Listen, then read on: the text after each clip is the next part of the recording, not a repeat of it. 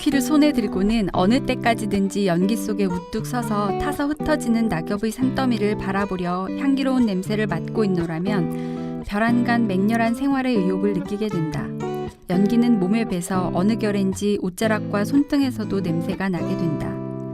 나는 그 냄새를 한없이 사랑하면서 즐거운 생활감에 잠겨서는 새삼스럽게 생활의 제목을 진귀한 것으로 머릿속에 떠올린다.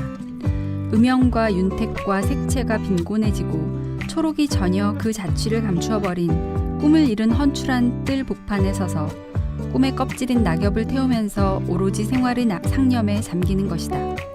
가난한 벌거숭이의 뜰은 벌써 꿈을 베기에는 적당하지 않은 탓일까? 화려한 초록의 기억은 참으로 멀리 까마득하게 사라져버렸다. 벌써 추억에 잠기고 감상에 젖어서는 안 된다. 가을이다. 가을은 생활의 시절이다.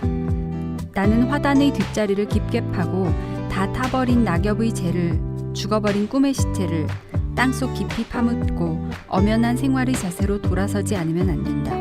이야기 속의 소년같이 용감해지지 않으면 안 된다.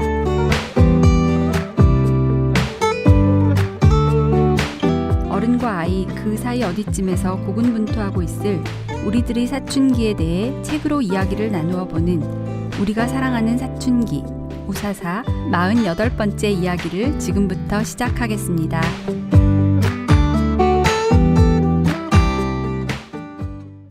네, 안녕하세요. 우사사 48번째 시간, 저는 얌얌쌤입니다. 안녕하세요. 안녕하세요. 항아입니다. 안녕하세요. 메일입니다. 네, 항아님과 메일님과 함께 이야기를 나눌 텐데요. 인트로에서 읽어주신 부분은 오늘 우리가 이야기 나눌 이효석 단편선 중에 낙엽을 태우면서의 일부분이었는데요. 오늘 저희는 이효석 단편선집을 다룰 건데 그중에서 작품들을 다 다룰 순 없고 작품이 너무 많아서 도시와 유령이라는 소설과 메밀꽃 필 무렵이라는 소설, 인트로에서 읽어주신 낙엽을 태우면서라는 에세이, 이렇게 3편 정도를 다룰 수 있을 것 같아요. 이효석 단편선은 워낙 많은 출판사에서 책을 내셨는데 저희들은 문학과 지성사에서 나온 책을 읽었고요. 항아님 혹시 다른 거 읽으셨나요? 저는 이 책을 못 구해가지고요. 찾다가 보니까 되게 흥미로운 걸 알게 됐어요. 서점에서 전자책으로 이효석 작품을 작품별로 끊어서 판매를 하더라고요. 이북으로? 네, 이북을. 네. 그래서 한 편에 뭐 1,000원, 뭐 900원, 네, 어떤 거는 막 450원 이렇게 팔더라고요. 작품 좀 너무 이제 시간이 지나서 아마 그런 어떤 저작권료나 뭐 여러 가지 면에서 좀 그런가 달라졌나 보죠. 네, 네. 그래서 저는 너무 좋았어요. 독자 입장에서는. 네. 그렇게도 있군요. 네. 좋은 정보 감사드립니다. 네. 그럼 저랑 메일님은 문학과 지성사의 책으로 읽었고 항아님은 그렇게 이북으로 읽으셨는데 뭐 어떤 것이든 상관없을 것 같고요. 네, 이효석 작가의 작품 발표 시기를 약간 시대순으로 봐서 도시와 유령이라는 작품을 먼저 같이 이야기 나누고 그다음에 메밀꽃 필 무렵, 낙엽을 태우면서 이렇게 3가지를 순서대로 다뤄보도록 하겠습니다. 네, 메일님께서 먼저 도시와 유령의 소설 이야기를 말씀해 주시면 그 다음에 이제 같이 이야기를 나눠보도록 하겠습니다. 네, 이 소설은 1928년에 발표된 작품이고요. 형식이 좀 독특해요. 현명한 독자에게 직접 말을 거는 혹은 독자가 현명해지기를 요구하는 이효석의 작품인데요. 도시와 유령, 줄거리 말씀드릴게요. 나, 진서방이라고도 지칭이 되는데 이 나라는 인물은 뜨내기 벌이꾼입니다. 뜨내기 벌이꾼이 뭐냐면 일정한 직장이 없고요. 일정한 거처조차 없습니다. 낮에는 일본인 감독 밑에서 고된 노동을 하고요. 밤에는 그저 서울 안 여기저기를 돌아다니면서 노숙을 하고 있는 사람이에요. 어느 날 이 나가 동료인 김서방하고 술을 한잔 합니다. 그리고 노숙할 곳을 찾지 못해서 동묘 안으로 숨어들게 되는데요.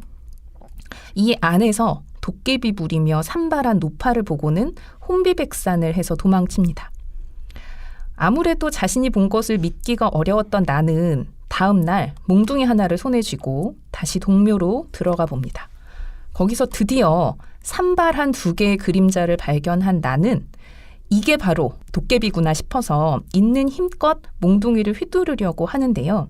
바로 그때 그 그림자가 도깨비가 아니라 거짓골을 한 어린 아들과 다리를 잃은 어머니였다는 걸 알게 됩니다. 이 거지 모자는 몽둥이를 든 나에게 살려달라고 빌면서 자신이 다리를 잃게 된 사연을 이야기하는데요. 얼마 전에 불량배와 기생이 탄 자동차에 치여서 크게 다치고 말았다며 이렇게 아픈 다리로는 동량을 하러 다니기조차 어렵다며 슬프게 신세 한탄을 하죠. 그 얘기를 들은 나는 수중에 가지고 있던 돈을 모두 그들에게 주고 도망치듯 뛰어나옵니다. 그러면서 독자들에게 나가 직접 묻습니다. 이 문명의 도시인 서울에 어떻게 하면 유령이 늘어나지 못하게 할지, 아니 어떻게 유령이 생겨나는 것 자체를 막을 것인지를요. 네. 너무 독특한 소설이었어요. 도시와 유령이라는 소설을 처음에 제가 읽을 때는 제가 살던 동네에 버드나무가 되게 큰 게 있었거든요. 그러면 이렇게 여름이 되면 치렁치렁 막 늘어지잖아요. 근데 그 밤에 동네 애들이 밤에 모여가지고 얘기하고 노는데 꼭 무서운 얘기를 막 이렇게 너무 재밌게 해주던 언니가 한 명 있었어요. 너무너무 무서운데 너무 계속 듣고 싶게 이야기를 해가지고 막 듣다 보면 그 버드나무 가지가 다 귀신 머리고 막 그래가지고 막 꿈에 나오고 너무 막 그런 재밌었던 그 당시에는 무서웠던 추억이 있는데 그게 너무 생각났어요. 제가 이 소설을 읽으면서. 근데 마지막에 막 화를 버럭버럭 내는 거예요. 독자한테. 작가가 나 너무 재밌게 빠져들어서 무서운 얘기처럼 읽고 있었어요. 도깨비불이 나오고 막. 그래서 어떻게 됐지 막 읽고 있는데 마지막에 도시의 유령 어떻게 할 거야? 너 어떻게 할 거야? 막 이러면서 이런 빈민들이 도시에서 나오는 건 유령인데 막 이러면서 막 우리한테 막 혼내는 것 같아가지고 저 이 소설 사실 솔직히 좀 뭐라 그럴까요? 어떻게 이해해야 되지? 뭐 이런 게 저의 감상평입니다. 어떻게들 읽으셨나요?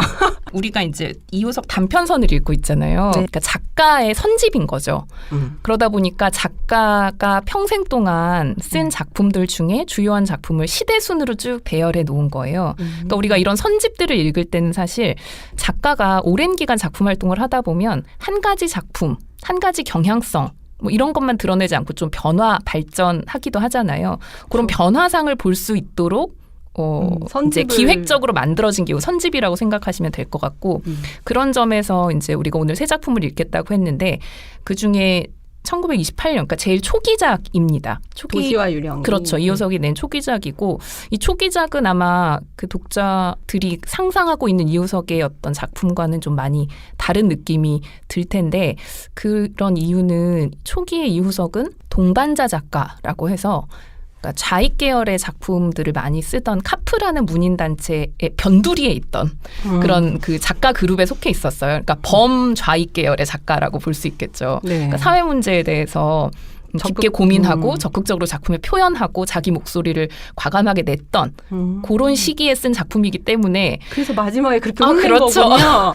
생각 없이 살고 있을까 봐 내가. 그렇죠. 막 독자와 세상을 계도하기 위해서 작가의 목소리가 굉장히 저한테. 강력하게 반영되어 있는 건데 네. 그 호통을 잘 들으셨군요. 남양쌤. 호통 맞았죠. 그래서 내가 나 잘 막 혼났어. 약간 이런 느낌이었거든요. 저 그래가지고 그렇군요. 항아님은 어떠셨어요? 이 작품? 좀 낯설었고요.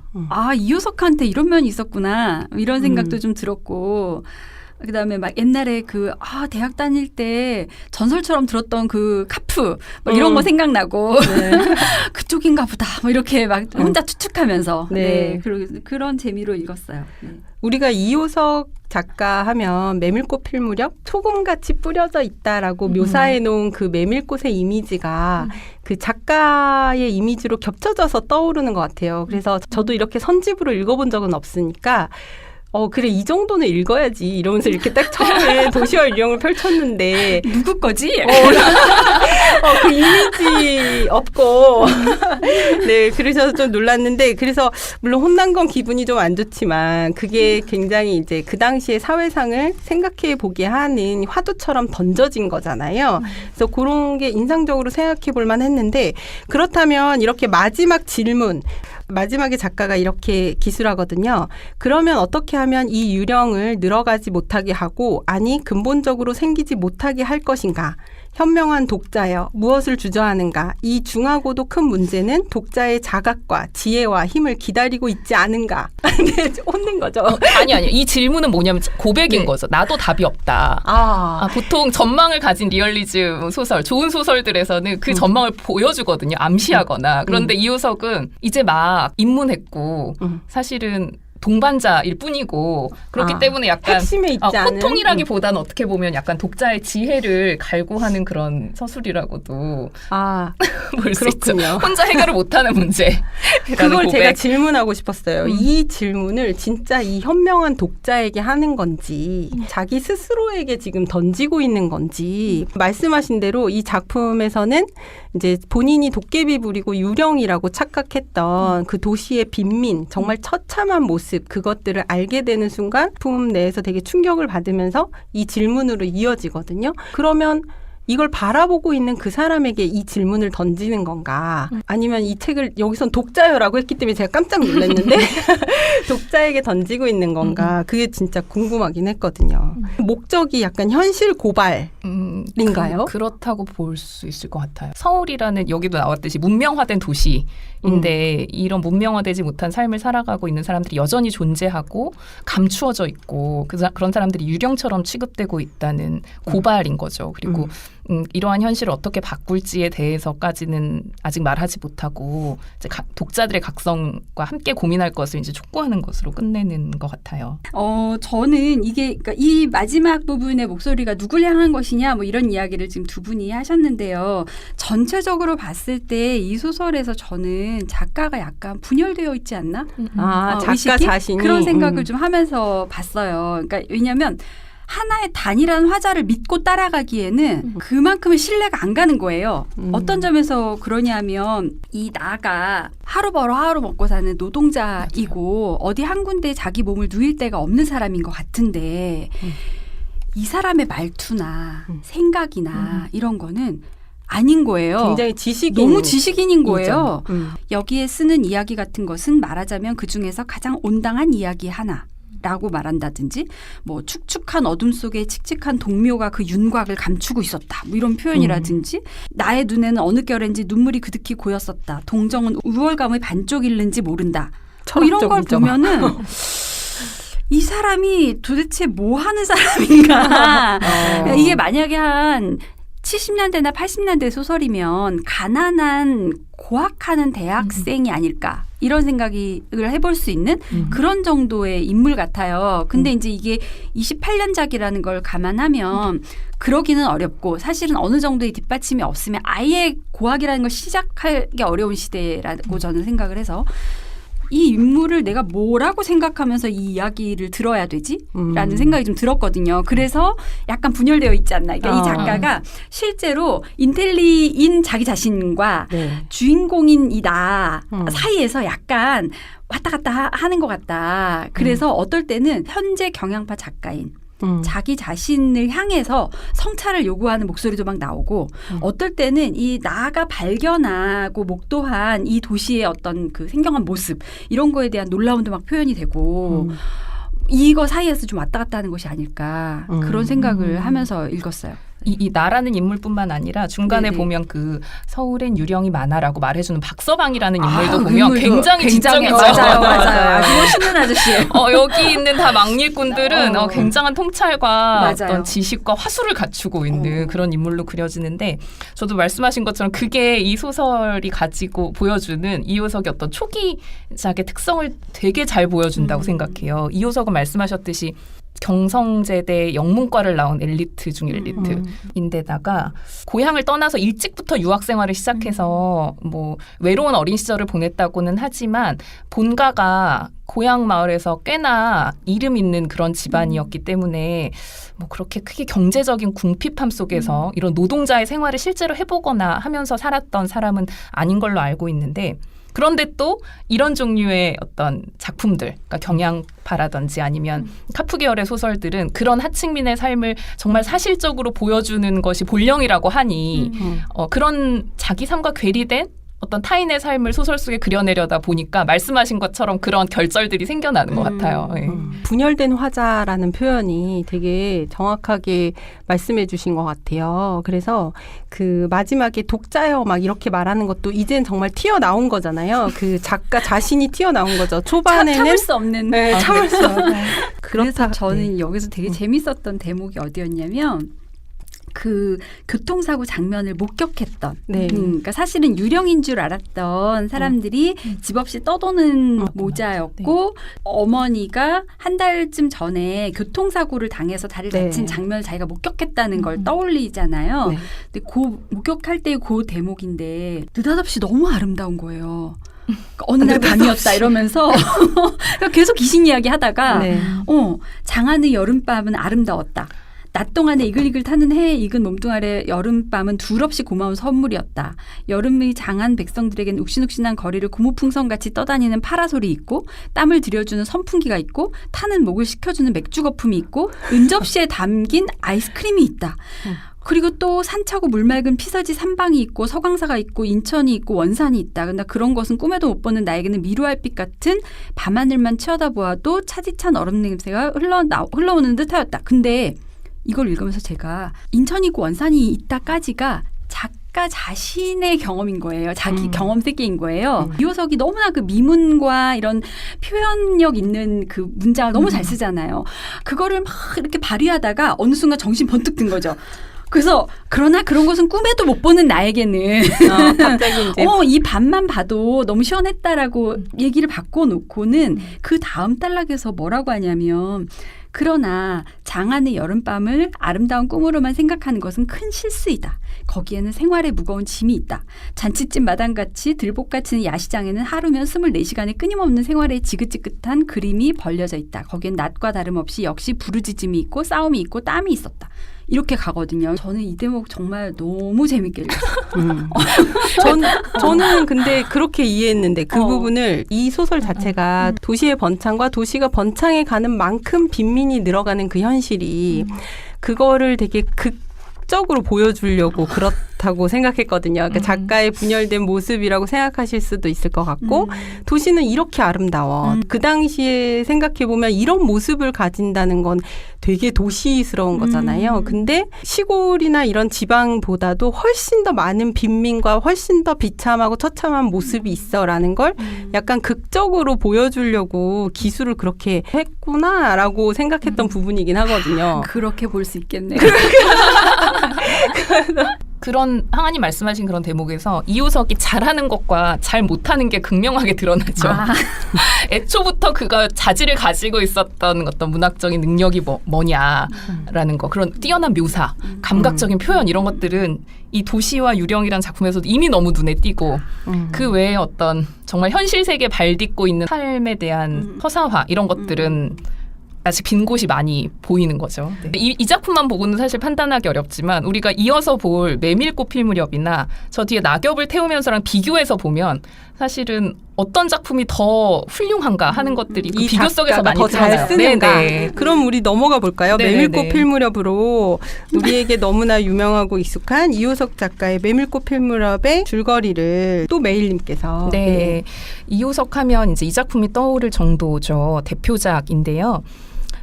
여기서의 주요 인물은 허생원, 조선달, 동희 이렇게 셋입니다.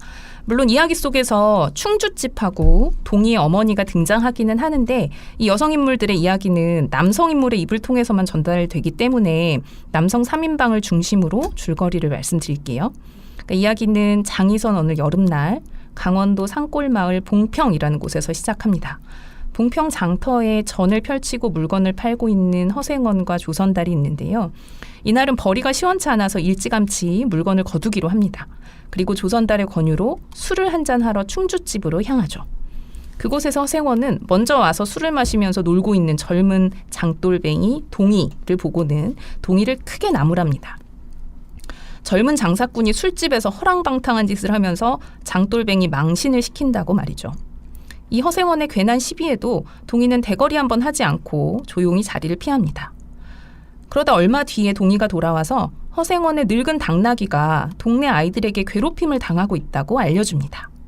얼금뱅이이자 왼손잡이인 허생원이 반평생을 함께하면서 분신처럼 아끼는 당나귀였기 때문에 허생원은 동네 아이들에게 화도 나고 또 괴롭힘을 당하는 힘없는 당나귀가 안쓰럽기도 하고 그 사실을 알려준 동희에게 고맙기도 합니다. 그 인연 때문인지 허생원, 조선달, 동희는 함께 밤을 새워서 대화장을 향해 걷게 되는데요. 달이 뜬 여름밤 메밀밭 사이를 걸으면서 허생원은 오래전 어느 달밤에 있었던 자신의 추억 이야기를 다시 꺼냅니다. 어느 여름밤 봉평에서 우연히 마주친 성서방네 처녀와 뜻밖의 하룻밤을 보내고 그 뒤로 다시는 그 여인을 만나지 못한 채 그리운 마음만을 가지고 있다는 그런 이야기였죠. 그 이야기를 받아서 동희도 자신의 이야기를 털어놓습니다.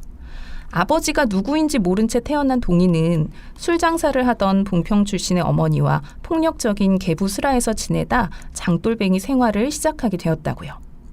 그런데 이 허생원의 이야기하고 동희의 이야기는 묘하게 겹쳐지는 것처럼 느껴지는 부분이 있습니다. 고향이 봉평인 여인, 아버지를 모르는 아이 같은 것들 말이죠. 허생원은 대화를 거쳐 동희 어머니가 있다는 제천으로 가기로 정하고 다시 걷기 시작할 때 동희의 왼손에 낙이 채찍이 들려있는 모습을 보는 것으로 소설이 끝납니다. 네. 메밀꽃 필 무렵은 굉장히 많이 이제 읽히고 또 읽었고 해서 많이들 알고 계실 것 같아요. 근데 이렇게 많이 알고 있다라고 생각하는 작품이 생각해보면은 보통 학교 시절에 읽었던 거라서 알고 있다라는 사실을 알고 있을 뿐. 구체적으로 내가 무엇을 알고 있는지는 잘 모르겠는 그런 느낌 아닙니까? 그래서 저는 사실 이번에 다시 읽으면서 약간 그 경주가 떠올랐어요. 경주 수학여행을 갔다 왔다. 나는 경주를 갔다 왔지. 라고 생각하지만 나중에 나이 들어 갔을 때 되게 좋은 곳 중에 하나가 경주라고들 하잖아요. 네, 그렇게 남는 것 같아요. 메밀꽃 필 무렵 소설 어떠세요? 좋아하세요? 저는 지금 냠냠쌤 말씀하신 것처럼 학교 다닐 때 배웠던 상당히 많은 것들 그냥 스쳐 지나가고 인상만 남아있거나 뭐 이런 인물이 나오지 뭐 이런 얘기였지 이렇게 한 문장 정도로 남아있는데 이 메밀꽃 필 무렵은 적어도 2군데나 3군데 정도의 한 문단씩이 머릿속에 생생하게 남아있어요. 네. 어떤 구절이 남아있으세요? 유명한 대목이에요, 둘 다. 나귀 대목. 허생원의 나귀를 묘사하는 대목. 네. 반평생을 같이 지내온 짐승이었다. 같은 주막에서 잠자고 같은 달빛에 젖으면서 장에서 장으로 걸어다니는 동안에 20년의 세월이 사람과 짐승을 함께 늙게 하였다. 그러니까 그 다음부터 묘사가 나오는데 가스러진 목 뒤 털은 주인의 머리털과도 같이 바스러지고 개진개진 젖은 눈은 주인의 눈과 같이 눈곱을 흘렸다. 몽당비처럼 짧게 쓸리온 꼬리는 파리를 쫓으려고 기껏 휘저어 보아야 벌써 다리까지는 닿지 않았다. 달아 없어진 굽을 몇 번이나 도려내고 새 철을 신겼는지 모른다. 굽은 벌써 더 자라나기는 틀렸고 달아버린 철 사이로는 피가 빠지시 흘렀다. 심지어는 제가 비염이 심한데 비염이 너무 심할 때는 정말 막 눈물이 나고 눈을 잘 뜰 수가 없어요. 그럴 때 제가 주변 사람들한테 뭐라고 호소하냐면 나 허생원의 당나귀처럼 눈이 개진개진 그런 농담은 네네. 국어과 사람들끼리나 그런가요? 아닌가요? 약간 지금 생각해보세요. 주변에 너무 국어과만 있는 거 아닙니까? 어찌됐든 네. 제가 그런 식으로 인용할 수 있는 작품이 그렇게 많은 건 아니거든요. 네. 그래서 그 정도로 인상적인 대목이다. 맞아요. 그 라는 저도 거죠. 많이 인상 깊어요. 또 하나가 혹시 그 뭐 소금 뿌려놓은 그렇죠. 듯한 네네. 하얀 메밀꽃 그 네. 부분인 거죠. 네네. 그건 진짜 많은 분들이 네. 그 이미지로 이 소설을 기억하실 것 같아요. 그 이미지가 어찌나 강렬했던지 지금도 봉평에 가면 오로지 그 메밀밭 아. 이호석의 작품으로 그 도시가 흥성흥성한 걸 그렇죠. 아, 코로나 때 막 그거 했더라고요. 오지 마십시오 붙이고. 아, 네, 진짜. 그렇죠. 네, 너무 많이 오니까. 근데 정말 돈을 많이 음. 들여서 정말 잘 꾸며놨거든요. 거기 가면 이호석 문학관도 있는데 제가 가본 문학관 중에 손꼽히게 정말 잘 만들어 놓은 더 가겠는데요, 사람들이. 그런 문학관인 것 같아요. 근데 저는 의외로 그 소금을 뿌린 것 같은 메밀꽃에 대한 묘사 말고요. 달. 짐승 같은 달의 숲속. 짐승 같은 달의 최고라고 숨소리. 생각해요. 네, 그 묘사가. 진짜. 네네. 그러니까 이게 지금 아까 우리가 도시와 유령에서도 얘기했지만 작가마다 본인이 잘하는 어떤 재능이 있다면 이호석 작가는 확실히 이런 감각적 묘사 그 다음에 제가 도시와 유령에서도 초반에 이야기에는 흠뻑 빠졌다고 했잖아요. 근데 이 메밀꽃 풀 무렵도 이야기거든요. 결국 자기가 예전에 만난 성서방네 처녀와의 어떤 이야기, 그러니까 이 소설에서 직접 막 벌어지고 있는 게 아니라 누군가의 입을 통해서 이야기처럼 전해지는데 이 두 소설 모두 다 그런 이야기 측면이 너무 흥미진진해요. 재밌고 정말 듣고 있는 것 같고 그래서 이게 이 묘사와 이 이야기 부분이 이 작가가 진짜 제일 잘하는 분야인 것 같아요. 이 소설을 떠올리실 때 이제 많이들 아름다운 묘사를 꼽는데 저는 또 읽으면서 어떤 생각이 드냐면 이건 약간 추리 소설처럼 다가와요. 저는. 왜냐하면 여기에 되게 선명하지 않게 흐릿하게 그려져 있는 부분들이 있는데 동희와 허생원은 대체 무슨 관계인가 하는 거. 그다음에 허생원과 성처녀는 어떤 관계였을까. 네. 이런 것들이 다 모호하게 처리되어 있어요. 모호하죠. 네네. 그러니까 동희와 허생원이 마치 부자인 것처럼 보이기도 하고 의사 부자 관계인 것처럼 보이기도 하고 영 상관없는 사람인 것처럼 보이기도 해서 읽는 사람마다 서로 다 다르게 보거든요. 사실은. 얌얌쌤 뭘로 보셨나요? 저는 지금 방금 말씀하신 거를 이제 키워드로 우리가 이야기 나눌 키워드로 적어왔어요. 애매모호함. 그게 뭐냐면 이제 말씀하신 것처럼 허생원하고 동희의 관계도 되게 묘하게 겹쳐지지만 정확히 말하는 건 없어요. 스토리도 되게 모호해요. 그 묘사도 굉장히 직접적이지 않고 다 비유, 상징, 이렇게 뭐 암시, 약간 이런 식인 거예요. 표현들도. 그래서 전체적으로 되게 다 모호하죠. 스토리조차도 모호하고. 그리고 저는 이제 뭐 알 수 없다인 거죠. 그 동희와 허생원의 관계도 부자라고 볼 수도 없고 그냥 그게 허생원의 마음이겠죠. 자기 자식처럼 볼 수도 있겠다라는 두근거림, 허생원의 약간 그런 그리움을 표현하는 하나의 방식이었다라는 느낌인 거지. 사실관계는 뭐 지금 현대의 그 유전자 검사를 하지 않는 이상은 머리카락 하나씩 뽑아오지 않는 이상은 알 수 없다. 네네. 그래서 되게 시적이다라는 말도 하잖아요. 이게 너무너무 아름다운데 정말 우리가 소설에서는 명확하게 기술될 거라고 기대했던 바들에 대해 다 배신감을 느끼면서 그래서 이게 되게 시적이다라는 표현들도 많이 하시는 것 같아요. 이걸 읽은 독자들에게 이제 물어볼 때가 있거든요. 네. 그러면 한 절반 정도는 둘은 의심할 바 없이 부자 관계다라고 답변하는 경우가 있어요. 그렇게 유도하고 있으니까. 그렇게 유도하고 있는 거죠. 작가가. 성공했다고 봐요, 저는. 약간 그런 작가 의도가 그런 것들이 깔려 있다는 생각이 들고 그 다음에 또 하나 또 약간 문제가 되는 게 이 허생원하고 성처녀와의 관계를 어떻게 볼 것인가예요. 왜냐하면 허생원의 입을 통해서 묘사되는 성처녀와의 하룻밤은 참 기막힌 하루. 으로 묘사되면서 뭔가 아름답게 비교적 아름답고 추억할 만한 그렇죠. 그런 것으로 그려지는데 제가 몇 년 전에 이미 듣기로는 아이들이 이제 교과서에 이 작품이 나오면 우리는 선생님 이 작품 배우지 않겠어요 라고 말한다는 거예요. 약간 이게 뭐라 그럴까요? 성폭력 그렇죠. 이게 범죄 행위일 수 있다는 거죠. 피해자가 있을 수 있다고 깜짝 놀랐네요. 아이들이 생각하는 거죠. 깜짝 놀라. 사실은 이제 알 수 없는데 예전에 이 작품을 읽었던 독자들은 그런 것들까지는 미처 생각하지 못하고 이 작품의 어떤 서술에 취해서 이제 많이 읽었다면 요즘 아이들은 그런 부분들까지를 같이 생각을 하더라고요. 그래서 그것도 생각해 볼 수 있는 거죠. 그런 해석을 포괄하면서 우리가 같이 펴놓고 이야기를 하면 되는 거 아닐까라는 생각이 들어요. 저도요. 그러니까 그렇게 보기 시작하면 사실은 이제 이게 윤리의식이나 세계관이 많이 달랐던 시대의 이야기, 저 같은 경우에는 고전은 서동요라든지 뭐 이런 이야기를 보면 그렇죠. 이루 말할 수, 이건 허생원에 될 수도 없거든요. 심지어.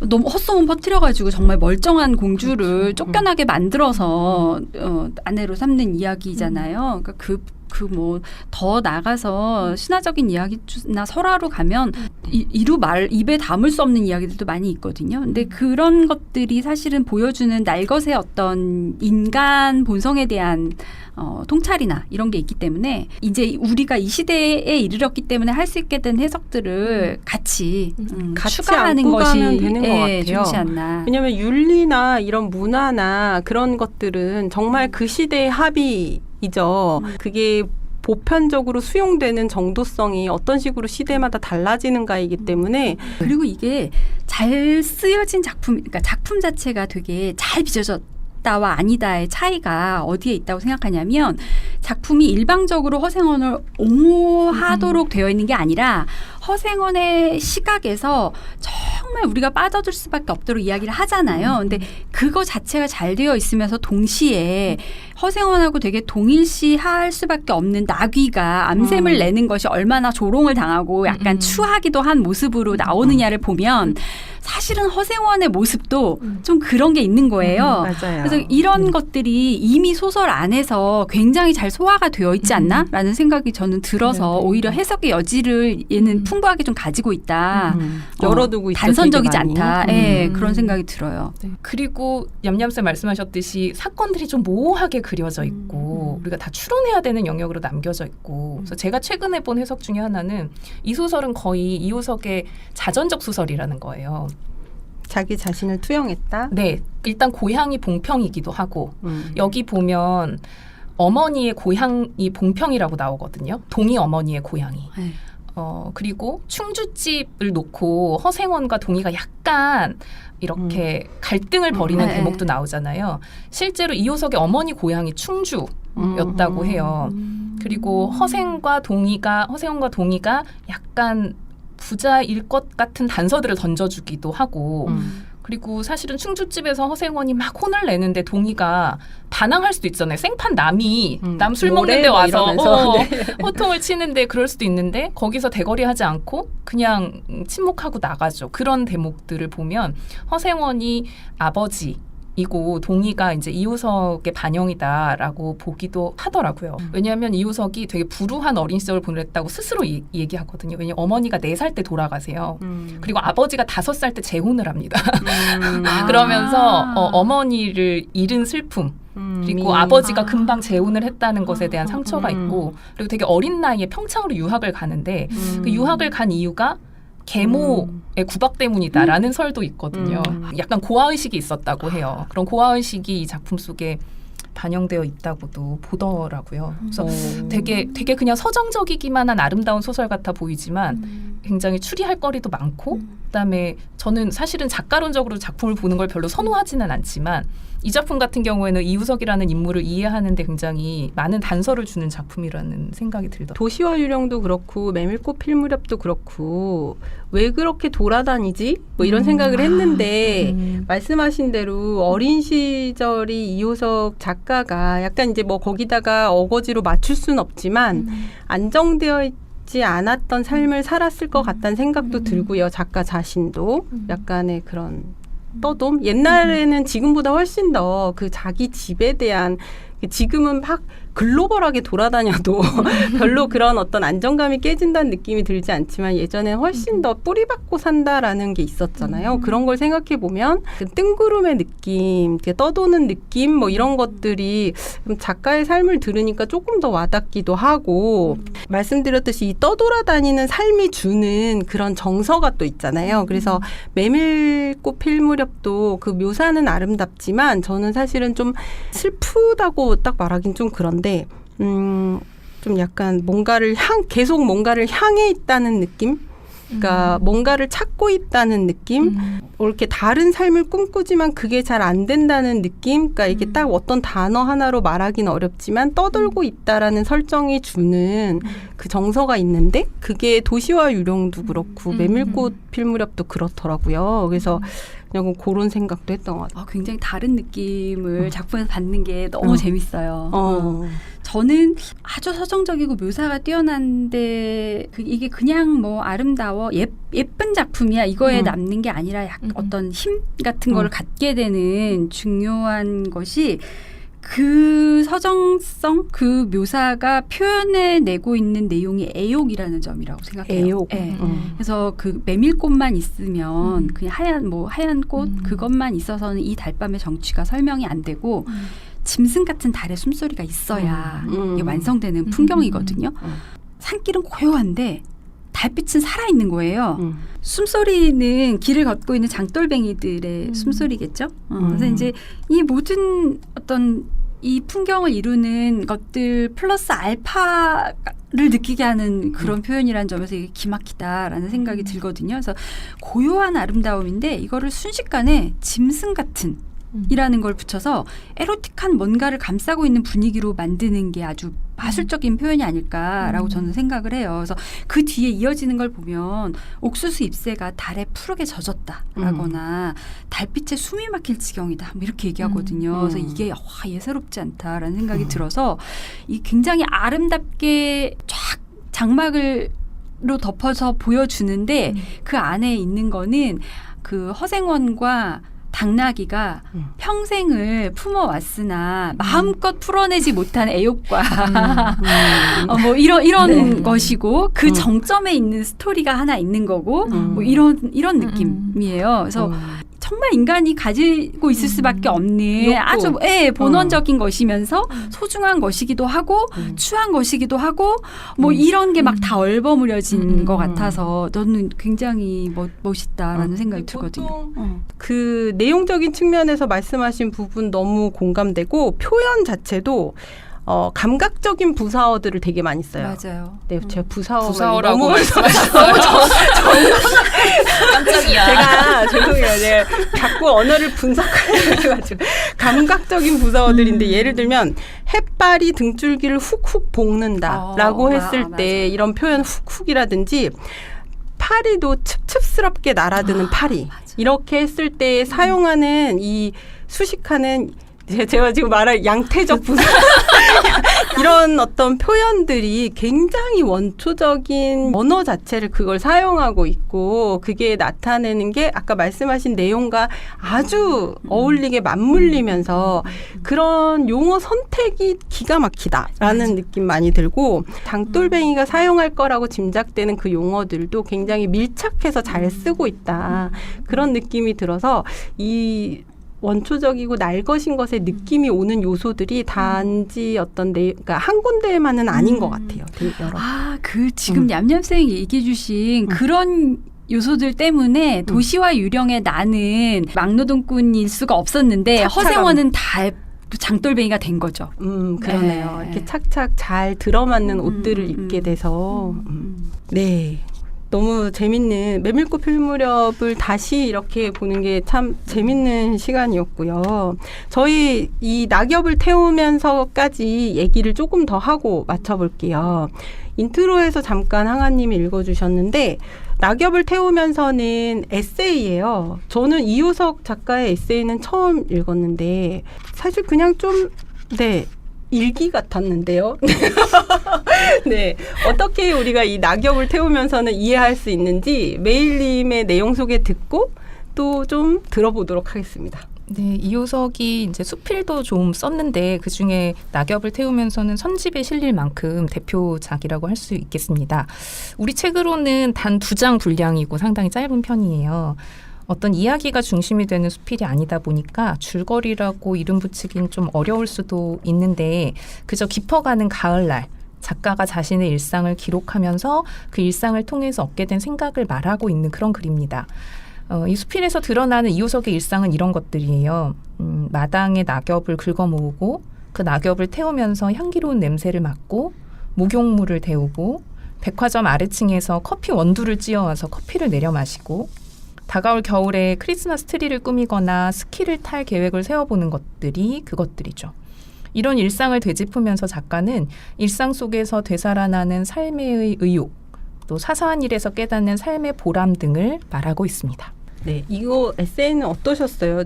일단 낙엽을 태우는 장면 거기서 냄새를 맡고 뭐 이런 것들이 굉장히 감각적으로 잘 묘사되어 있어서 그런 것들이 되게 인상적이었는데 저는 사실은 이거 고등학교 때 배웠어요. 학교에서. 배우셨어요? 네. 학교에서.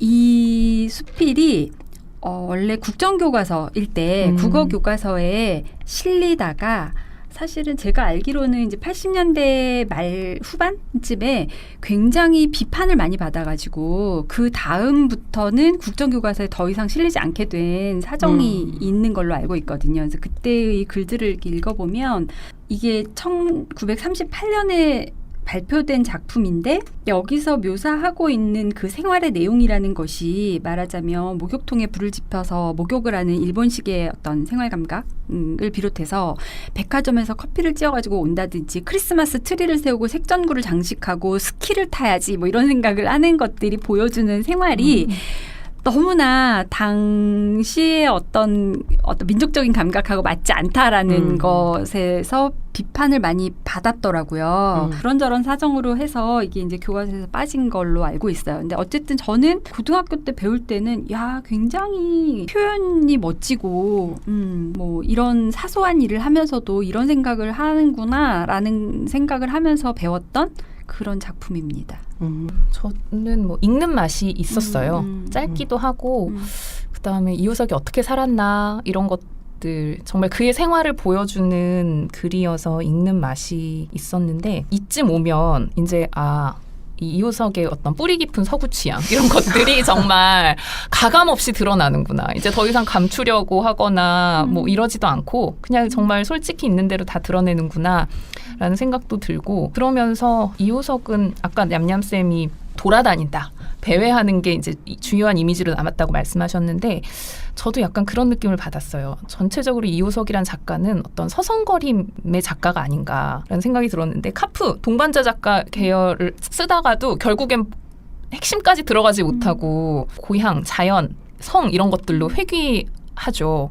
그를 출세시켰던 이 메밀꽃 필무렵이란 작품도 사실은 고향에서 쓴 건 아니고 평양인가에서 굉장히 화려하고 편안한 생활을 하면서 고향을 회상하면서 쓴 소설이거든요. 그러니까 고향에 대한 소설도 이효석이 고향으로 돌아간 건 죽고 나서예요. 죽고 나서야 돌아갈 수 있었는데 고향을 그냥 멀리서 바라보고 생각만 했었고 커피를 내려 마시고 스키를 타고 트리를 꾸미고 이런 서구 취향도 사실은 그냥 멀리서 동경하는 대상인 거잖아요. 그러니까 자기가 원하는 것들을 아주 핵심까지 가닿지는 못하고 주위에서 서성거리며 이렇게 살았던 사람이 아닌가라는 생각을 저는 이수필을 읽으면서 좀 했습니다. 우리가 이런 에세이에서는 그냥 일상 자체가 갖는 어떤 의미들을 생각해보는 그 시간? 그 약간의 틈을 벌려보는 시간? 그런 게 저한테는 의미가 있는 것 같아요. 이런 작품들은. 굉장히 바쁘게 살아가는 현대인들의 입장에서 봤을 때는 오히려 좀 공감이 갈 수도 있는 작품인 것 같아요. 근데 이제 저는 이제 자꾸만 제가 원래 글을 읽는 습성 자체가 이게 어느 시점 어디서 쓰여졌고 언제 쓰여졌고 이런 걸 자꾸 생각하다 보니 현대라고 하더라도 사실은 저는 너무 뭐 그냥 뭐 사소하고 뭐 짧은 힐링의 시간 뭐 이런 걸 너무 부각하는 작품을 그렇게 좋아하진 않거든요, 사실은. 네, 그래서 그런 취향을 봤을 때 여기서 이야기한 낙엽을 태우는 되게 사실 일상의 노동이잖아요. 그런 걸 하면서 거기서부터 출발해서 이 작가가 떠올리고 있는 것들이 무엇인가를 생각하면 거기서 낙엽에서 낙엽 냄새를 맡는 게 아니고 이 나무에 무엇인가를 선착하는 게 아니라 여기서 떠나서 백화점에서 볶아오는 커피를 떠올린단 말이에요.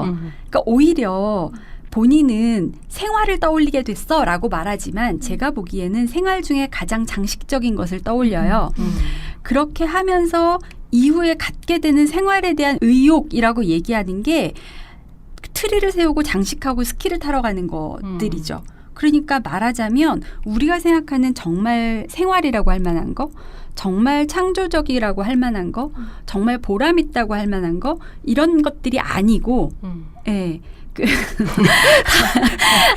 아름답고 예, 뭐랄까 나를 혹하게 하는 그런 것들 알록달록한 것들 이런 것들을 바라보는 것 같아요. 그래서 이게 아까 말씀하신 그 메일님이 말씀하신 서구 취향 하고도 맞닿는 거예요. 그러니까 나의 삶 속에 없고 저쪽에 있는 저 빛나는 거, 저 강 너머에 건너편에 있는 저 아름답고 반짝이는 거 이런 것들에 대한 어떤 뭐 선망과 이런 게 좀 느껴져서 저는 이거를 생활에 무엇이 느껴졌다라고 이름을 짓는 순간 약간 동의하기 어려운데 나랑 정서가 좀 먼데 라는 느낌이 좀 들었어요. 낙엽을 긁어 모아 보셨어요? 그것도 저랑 정서가 멀어요. 정서뿐만 아니라 현대 이 현재 시점에서도 마당에 낙엽을 긁어서 태우는 것을 일상으로 삼을 수 있는 사람이 얼마나 되나. 마당이 있어야 돼요. 그렇죠. 여러 가지 마당이 조건을 없고. 충족해야 되는. 이 작품은 이제 이효석이 가지고 있었던 어떤 선망의 대상들이나 그가 실제 누렸던 어떤 삶의 모습 같은 것들을 굉장히 잘 보여주고 그리고 초기와는 완전히 다른 문학 세계를 네네. 보여준다는 점에서도 또 특징적이죠. 저는 이번에 그걸 배운 것 같아요. 선집이라는 책을 읽는 어떤 자세와 태도? 그러니까 그전에는 그렇게 지금 이제 이북으로 하나의 작품씩을 팔듯 저도 작품 한 개씩만을 봤던 것 같은데 메일님이 말씀해 주셔가지고 선집을 구성할 때 네. 어떻게 기획자들이 출판사에서 기획을 하는가는 생각해보지 못했던 것 같아요. 근데 이 이효석이라는 작가의 초기 작품부터 최근 작품까지를 보면서 작가의 생애를 함께 생각해 볼 수 있구나. 선집이라는 게 이런 방식으로 읽힐 수 있는 거구나라는 건 전 사실은 지금 처음 알았거든요. 그래서 그렇게 볼 수 있었던 게 되게 좋았던 것 같아요. 그러면은 저희 오늘 이 책에서 접어둔 페이지 한 군데씩 읽고 마무리를 지어볼까요? 저는 약간 이번에 발견한 의외의 대목이에요. 허생원은 오늘 밤도 또 그 이야기를 끄집어내려는 것이다. 조선달은 친구가 된 일에 귀에 못이 박히도록 들어왔다. 그렇다고 실증을 낼 수도 없었으나 허생원은 시치미를 떼고 되풀이할 때로는 되풀이하고야 말았다. 달밤에는 그런 이야기가 격에 맞거든. 조선달 편을 바라는 보았으나 물론 미안해서가 아니라 달빛에 감동하여서였다.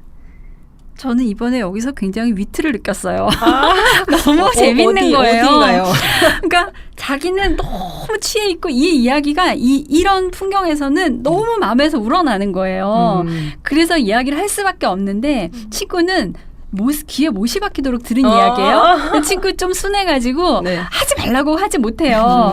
근데 조선달은 기어이 그 이야기를 하는데 시치미를 떼고 시침을 딱 떼고 조금도 미안하지 않고 자기는 되풀이하고 오직 있어. 너무 감동해서 그 얘기를 하는 거예요. 근데 이 장면이 너무 네. 재밌었어요. 힘들다. 네, 저는 211페이지 그 바로 뒷부분인데요. 아까 말씀하셨던 그 유명한 짐승 같은 달의 숨소리라는 표현이 나오는 부분이에요. 대화까지는 70리의 밤길 고개를 둘이나 넘고 개울을 하나 건너고 벌판과 산길을 걸어야 된다. 길은 지금 긴 산허리에 걸려 있다. 밤중을 지난 무렵인지 죽은 듯이 고요한 속에서 짐승 같은 달의 숨소리가 손에 잡힐 듯이 들리며 콩 포기와 옥수수 잎새가 한층 달에 푸르게 젖었다. 산허리는 온통 모밀밭이어서 피기 시작한 꽃이 소금을 뿌린 듯이 흐뭇한 달빛에 숨이 막힐 지경이다. 붉은 대궁이 향기같이 애잔하고 나귀들의 걸음도 시원하다. 길이 좁은 까닭에 세 사람은 나귀를 타고 외줄로 늘어섰다. 방울소리가 시원스럽게 딸랑딸랑 모밀 밖으로 흘러간다. 앞장선 허생원의 이야기 소리는 꽁무니에 선 동이에게는 확적이는 안 들렸으나 그는 그대로 개운한 제멋에 적적하지는 않았다. 요 부분인데요. 워낙 유명한 묘사 부분이라서 아름답다라는 말은 빼도 될 것 같고 저는 이 부분을 접어온 이유가 아까 말씀드렸듯 이제 뒷부분에 그런 얘기가 나오는데 이효석이 고향에 대한 이야기를 할 때 이 지방에서 저 지방으로 가는 길이 나에게는 고향이다라는 서술을 하는 부분이 있거든요. 이 정서가 저는 되게 컸어가지고 이 소설을 읽을 때 이렇게 지나가는 길이 정말 사실은 되게 외롭고 쓸쓸할 수 있는데 되게 포근하게 묘사가 되고 있는 거예요. 그래서 떠돌이 생활에서 느껴지는 고향에 대한 정서가 어떻게 길일 수 있는가를 이해하게 좀 도와주는 부분이었던 것 같아요. 저에게는. 그래서 이 부분을 접어왔고요.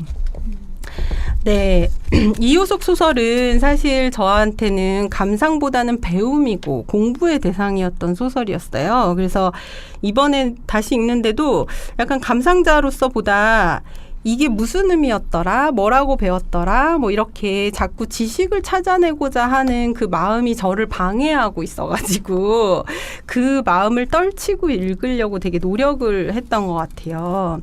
그래서 내가 이게 진짜 아름답다고 느끼는 건지 아름답다고 배워서 그렇게 생각하는 건지 잘 모르겠는 상태에서 그런 어떤 마음들을 많이 버리고 정말 감상을 하려고 노력하면서 읽었는데 근데 또 다 읽고 나니까 내가 그렇게 소설을 분석해보고 배워보고 의미를 찾고 했던 그 시간들이 쌓여서 사실 지금 굉장히 긴 호흡의 소설들도 예민하게 느껴가면서 그것들을 읽고 있구나라는 생각도 들어서 굳이 내가 또 뭐 그걸 버리려고 노력하면서 읽었을까? 뭐 이렇게도 생각을 하긴 했거든요. 한 번쯤 기회가 되신다면 조금 그냥 무심하고 담담하게 20, 30년대 소설들을 다시 읽어봐도 좋겠구나라는 생각을 했고요.